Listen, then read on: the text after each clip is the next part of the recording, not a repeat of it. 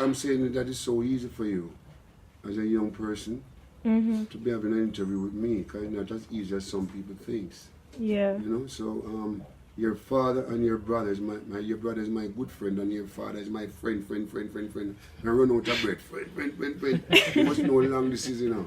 Yeah, so but you know, you're young and experienced teacher at Wisdom. You were asking the question, how do I started to pursue singing, right? Yeah, I was asking you, how did you know that singing and recording would be a dream? And I was saying, no, take it away. I was saying that I grew up into a musical family. You know, my mother, she's the first one that, you know, your mother is the first eye that you looked at, you look into when you come in this world. Yeah. When I grew up hearing my mother singing when she washes her clothes, most singers, you know, at least, we grew up in a community where we weren't that fortunate. That's the first thing to comment. Right. And your parents have bred and fed you with a little bit that they earn. Now I grew up seeing my mother singing, and my mother have 7 of us, right? 2 boys and 5 girls. And her first child is a female, and she's the first one that took up entertainment. Her name is Hyacinth Clover. She's not here with us anymore. And then I'm the last. Just look at that, eh? She's the first and I'm the last. And she's the one that sees it in me that I'm going to be entertainer, because when I came in the evenings from school, kindergarten, I know those days I'm like 5 years old. Yeah. My mother told me that I used to, because it's government houses we live into, and it's like a tenement yard, consists of different families. You know, so a lot of children in these places, in these houses, and every evening I came home, my mother told me that I used to, you know, drum music is one of the first music that we identify with, the drum. The drum, very, very, it have such an influence on anybody's ears, because you can listen to the drum from a far away.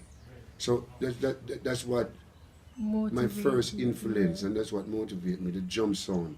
So every evening I came home from school, I used to gather up all the children, and I used to march them around the house. So you're a leader? I don't want to say it, but you know, when you're young and you do something, you want to be the leader. Yeah. But not a leader of such, but yeah, you know, children-wise. So I make up all these cans, you know, and I put the wire into them or the card, and I put them around the kid's neck, and I would march them around the house and going like this: Balam, Balam, Baladadadadadam. And my mother used to call me Balam, you know, because every evening, right, I get up all the children and go around the house with them, and just mouth, Balam. And she used to call me Balam. And she said, before my mother passed away, you know, one day me and her sat down and we were talking. And she said, when she had me, she's so glad. And she birthed me, you know, because my mother first child, she was so sophisticated. She didn't remember a lot of things, you know. After a while, she realized what she didn't remember. Because one of the first things you have to do is to remember where you're coming from. Yeah. And where you're going. So it's like in Nazareth, when they said that nothing good can come out of Nazareth, but Christ, you know, our Lord and Savior. So, but you know, at one time she was so sophisticated, but she's the first one that actually took me on a stage, my sister. She took you on a stage? Yeah, she's the first one that took me with her to rehearsal. When she go into a rehearsal, she took me with her, you know, and I sat down and I would look at her. Even when she's dressing up for a show, she's a woman of me, and I used to look at her, you know. When she come outside the house, oh, she dress up and pretty, you know, because she knew this bling bling shine stuff, and I wish I was like her. Yeah. But she's a great woman. I love her so much. I love her so much. When she got sick and she was in the hospital, I went to look for her, and both of us were crying together, same time. So I remember. Would you say that you and your mother were best friends? She have to be. Even your mother and your father, you have to be your best of friends. You're talking about a friend as your parents, a real friend, you know. But my mother, I'm glad that what I know now, some of what I know now I didn't know then. But music, music can do so much. It can uplift the minds of people. It's a message, and that message can become universal. That's music. In the scripture, the 87 Psalms, right? God himself, that he loves music because the Bible, the 87 Psalms, it says that all the singers and players of instruments shall be there. All my springs are in thee. Can you imagine that in the Bible talk about music, mention music. So, but I'm singing 53 years now. I started out when I was like 7 years old. Going to functions like the YMCA, I remember my mother used to hold me in her hands and walk with me, and because we didn't have a bicycle, not even a tricycle.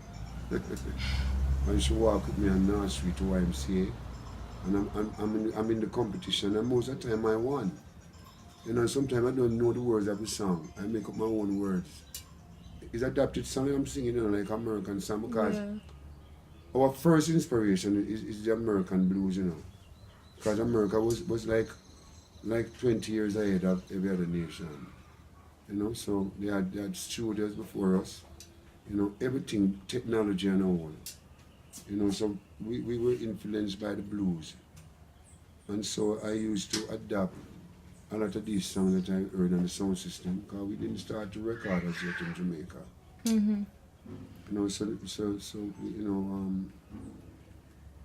American music have a lot to do with us, with our development, musically speaking. Because even a record changer, right? Most people in certain community couldn't afford it.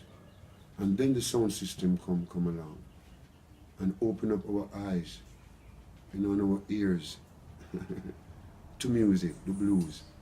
So I used to sing, when I go on a contest, I sing like a Louis Jordan song. You don't know about Louis Jordan. So go on the internet, you see, because technology reach a stage now where if you want to know something, you just bring it up on the internet. He is the first artist. These gentlemen know about Louis Jordan. He's the first artist, you see, that school children leave school just to punch his song in jukebox. So they don't want to go back to school. So it's not Michael Jackson. And the second hope, as a black hope, because we're not doing racism now, because you have white hope, you have black hope. Is Lionel Lampton, is her name? You remember Lionel Lampton, is her name? Yes, man.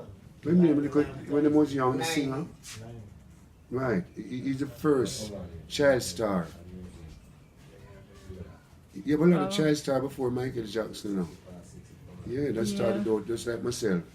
I started out when I was quite young, Alright, one thing I want to ask you, did you face a lot of opposition or negative vibe from anybody who was close to you? Anybody was trying to bring you down when you were trying to go through with your career? Yeah, some people don't want to encourage you. Encouragement is good and it can be bad and it can be good. Some people give you bad encouragement, give you the impression that you're not going to make it, you can't sing. But some of them are only joking. They know that you can sing, but they're playing with your mind. Like they say, you can't sing, no. But they love what you're doing. But just a little, we have doing things. But music is a journey, and it's not an easy journey. On my latest album, I wrote a song about journey, because I said I have to highlight some of what I've been through. Don't be afraid to walk that walk. Don't be afraid to talk that talk. Journey. Then I said, when you start a journey, don't turn back. You'd be wasting your time. Just keep going. Someday you're gonna find your peace of mind. No matter what they say or do, I know Jah will see you through. So that's the question you ask now. So I've been through a lot of that too, where people don't encourage you, you know, to do what you love. So what advice would you give any young aspiring artist who wants to make it and follow through with their dreams? What advice would you give them for people who are constantly putting them down, or if they're going through a rough time and then them not boss or anything Just like remember that you're on a journey. It's a journey, you know. So no matter what people say or do, you know that the Creator will see you through. You see, so my advice, do you know, is simplicity. It's very important to be humble, because no one is better than the other. And singing can give you so much fame that sometimes you think you're different from other people. I've seen it with my own eyes, you know, and sometimes, you know, you have to realize that you're only one of God's children. You're only a man or a woman. So no matter what you earn, no matter how rich you are, you're not better than me. You know, 'cause one of the main things that people have to do, you know, is to feces and to pee. And everyone have to do it, to show that we are equal in the eyes of God, the Creator. Yes. You understand? So no matter you see the guy have a lot of money, and I'm going on and I'm have 100 this and 2,000 that, you still can't be better than me. Financially, yeah, I might have one car and you have a dozen cars, but my one car still, it took me where I want to go. You know, you have some guys have a whole car and every car pass him, run and gone, but we the next couple of hours you see me now in the same place that you were driving so fast to go to. So, you know, nobody knows better than them. So that's my advice to entertainers, to be humble. Don't let fame carry you away. Because I see that I'm to a lot of artists. Some artists, after they do one song and it hit the world, they overprice themselves. You know, they start to have attitude with promoters, attitude with their own family, with their own people that they grew up with. So they need to know that simplicity. You know the scripture, I love it. Do unto others like them do unto you. So when you start to treat a man, you know, like he's under you, you're not thinking positively. So people come first before singing. And thank you very much for this interview. Come back again. Because your dad is here, your brother is here, my good friend Butcher Banton father is here. Because Butcher Banton is another great artist, you know. Exceptional. That don't mean say because you're exceptional, you're still better than anybody, you know. But if you have good talent, because even my museum, you know, is inside here. I have a museum inside my house, you know. And it's not an individual thing. It's for everybody that make a contribution to the development, for the development of our music. Kind of a one-man thing. You know what I mean? So, and as I said before, to see over here, I shade color, but color is not the answer. It doesn't matter what color you are. You could be pink, blue, white, black. You have some more color now. Mauve, Yellow. purple, yellow. I know it. All these is just a man and a woman. Because mankind meaning man and woman, you know. Woman and man. You know, and as a young person, you know, you're trying to do journalism. This is a good start. You go around and interview different people, you know, and experience, you know, it's good for you. Thank you, very Mr. Ken Boothe. You're welcome. My first band I traveled out of Jamaica when I was 19. See it here? This is when I was 19, you know. And she alternated, she jacked me to the light rivet, running on the bunch of Johnny Moore. You're in the white. Yeah, I'm in the white. Yeah. Okay, it's okay. And I traveled out of Jamaica. You was about 17, 18. 19. 19. You're a good guess, yeah. This one was when I was 17. Yeah. First album. First album. I look fine that. My first album. This was your very first I was album. 17, yeah. And look at this, it's the whole of us now, you know. When we were young. Yeah. Look at the rivals when the man look a baby. See, it's the first child chance, you know. You start grow up, you match a baby, this, you know, baby. This one, the rice, you know, the rice. Is that baby? Yeah, that's really much young. I'm about 10 years old, you know. I'm about 10 years old. See me start grow up right now, see me? I'm not there. You understand? You want to see an onion Sunday. See a Derek right there. Yes. Derek Marwan. Yeah. Pat Kelly. Yeah, Pat Kelly, his son. Johnny Clark. It's a Wilfred bad man. Edwards. Bobby. Who are we? See a Slim Smith. You right? You right. See you right before my dread. Yeah. Let's go. Smile. I told them not to beat that drum on the ceiling. Don't beat the drum there. Beat the cymbal. Everybody, you know. No.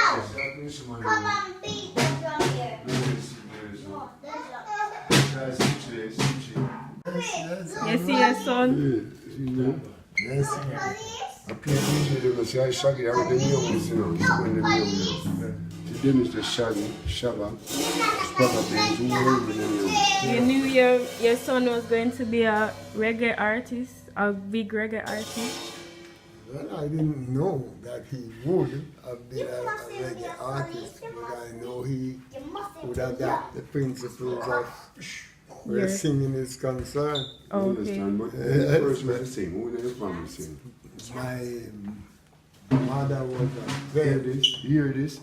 Is the mother them start singing first? The My mothers. mother was a The band, mother them know how to sing. and then I, If you go to Toots and 1960, 65, I had a friend by the name of Derek Walters, called himself, he's known as Benaya, and we wrote a song, "This world is a school and who don't learn is a fool." So we went down, we rehearsed the song, we went down to Orange Street. I remember we got catch went into Catson's place, man. So he was sitting like him, just like how you see. He would come up here, Yeah. and he's around here. So he said, "Go on, let me hear what you boys have to say." And we did what we need to do. Tell him the flames.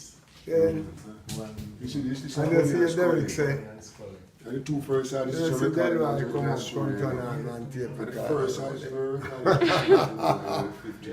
I will just step out of here. My life on the road doesn't mean I don't have time for you. Plenty I've tried.